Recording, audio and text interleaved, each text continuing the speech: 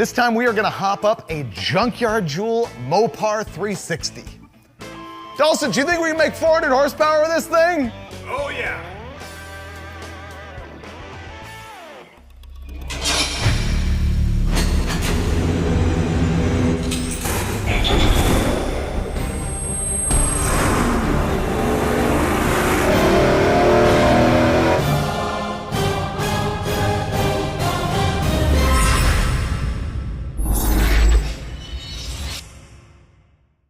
Yeah, you're right. That is the biggest piece of garbage you've ever seen on Engine Masters, which is presented by AMSOIL and supported by Mr. Gasket and also Earls. But what you see as a completely clapped out Mopar 360 small block, I see as a guest star. This thing came directly from the other show that Steve Dulcich and I do, which is called Roadkill Garage. It's only on Motor Trend On Demand. And in a recent episode, we took a 75 or maybe 76 Dodge truck that had been rotting in Dulcich's backyard, and it probably hadn't run in 20 years. But we revived that engine and made it run and drive. We hopped it up a little bit and we threw it in my Challenger. But then we're like, you know what? We got to know, how much power will the 360 make? And so Dulcich returned it to bone stock. This thing is so worn out, you can't even believe it. What we're gonna do on this episode is run it stock and then start throwing some speed parts at it to see how much power you can make with a Junkyard Joule. First up, throw it on the dyno and run it with Thermoquad. Will this thing even make 200 horsepower? I don't think so. When you've got a worn out old engine like this Mopar 360, you might think that the oil doesn't matter at all, but I'm here to tell you it might matter more. We chose Z-Rod 2050 motor oil. It's a thick, high viscosity formula that'll soak up and sop up some of the bearing clearances and worn out rings. It's also the high zinc formula. This engine has a flat tappet cam. It's probably on the edge of worn out as it is. This might make it last long enough to make 400 horsepower with this old Mopar small block. Let's see if I can get that as good as Freiburger. Oh, made a mess.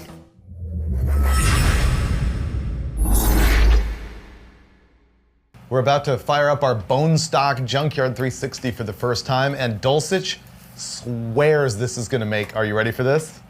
Again? 300 horsepower. I'm secretly hoping for 300, but I think it'll make 260. 260 is your number? Yeah. That's a little more realistic, I think. You're thinking 260? Yeah, I'm thinking 260-ish. I've seen the cylinders in this thing, Yeah.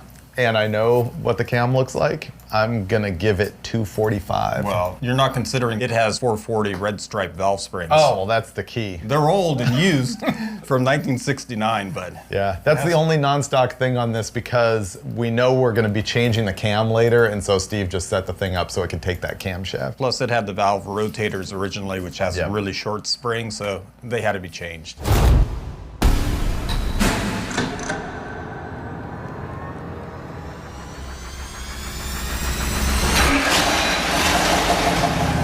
Look at the torque.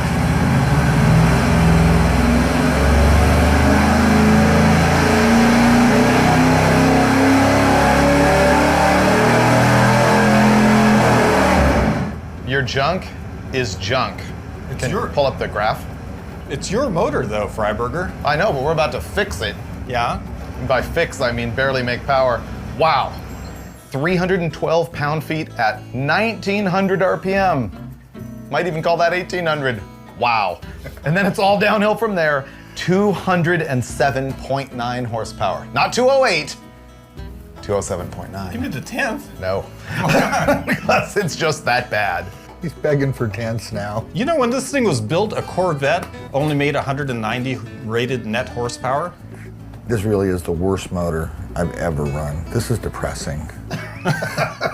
One of the Well, let's worst. go fix it. Now our mission is to cheer up Uncle Steve.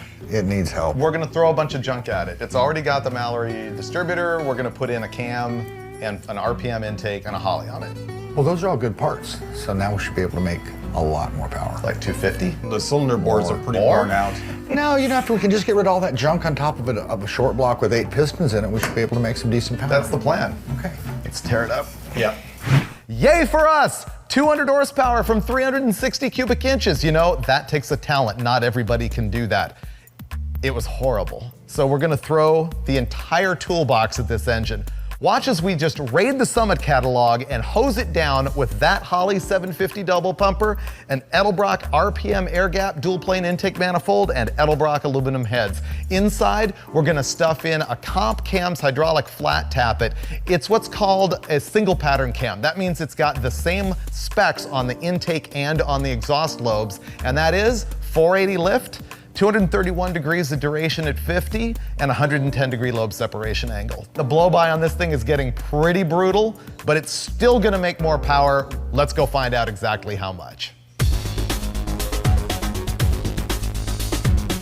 What's your level of annoyance at your Mopar failure right now? Oh, I don't know. It could have a totally worn out and loose timing chain. It has no compression, has no cam. It really didn't have a chance to make horsepower the way it was. Hot, hot, hot. Whew. I don't know, Steve was calling this the worst engine that ever came through Westech Performance, but I think he might be just pulling my chain a little bit. You know, it wasn't that bad, right, Steve-O? If that's what you want to go with, okay. But Yeah, no, it's you know, that's just buddy kind of talk, kidding each other around, you know, really. You know what this Sure. is really like? Sure. This is like, check out my new girlfriend, dude. She's hot, right? And she's not. Yeah. Ooh, some Risto guy would give me like $500 for this. Old engine like this, you often end up having to take the lifters out with a pair of channel locks like this because they wear, and they can get a ridge of metal around the edge that keeps them from coming out of the hole, and they get some varnish on them. They're just junk.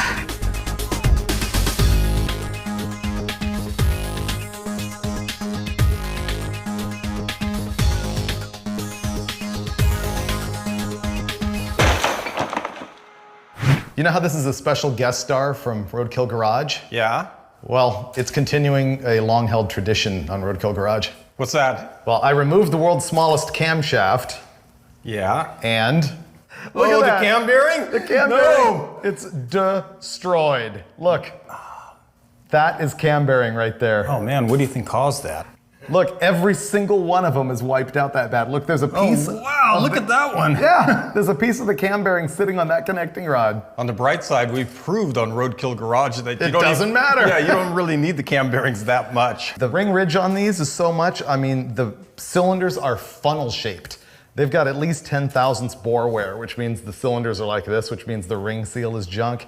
And seriously, that cam bearing, I was willing to let go of the one on the Cleveland because it was kind of okay. That's all flaking the bearing material This off. one is way beyond that level of butchery. So, yeah, I blame you. My fault again.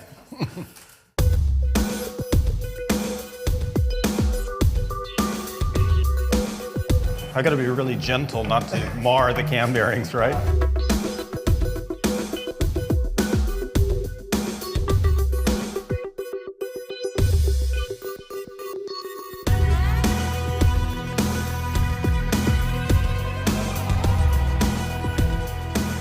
That is a $10 saddle on a $2 horse.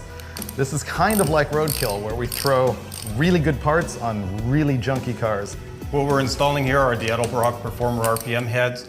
It's kind of like a street aluminum head. It'll take 50 pounds off the nose of your car and give you a lot more flow than a stock head.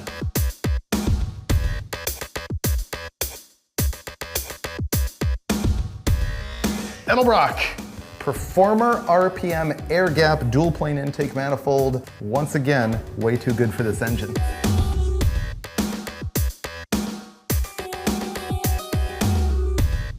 Damn, direct connection. What does that mean? Why does it say direct connection? That's really, really good. That should be some Old Chrysler school. history. What is that? That is Chrysler history. Direct Connection was the performance parts division of Chrysler Company Right. for a long time, and then they dropped that name, but It was your direct connection to performance parts through the Exactly. factory. yeah, I have to polish these now.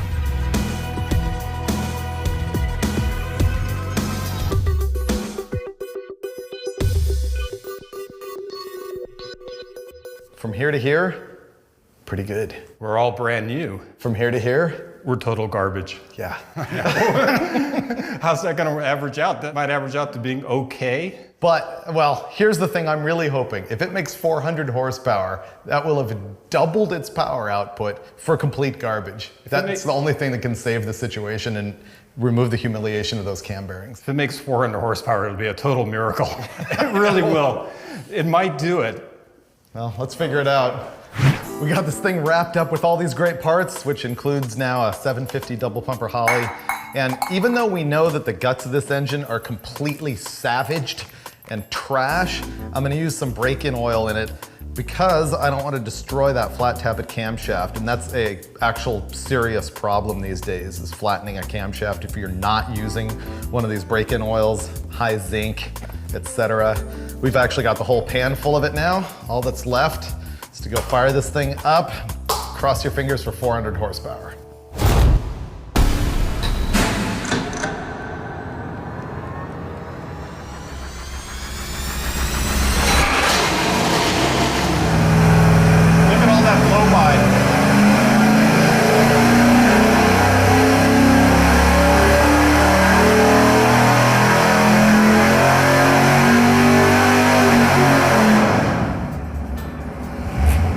It could be getting water in the oil. It's just completely worn out. Look at how much blow-by is going out the valve cover. I mean, look how nice the curve is, though. Yeah. I think we're done. Completely done. Completely. We haven't spun a rod bearing You yet. guys are out of ideas already? I don't know.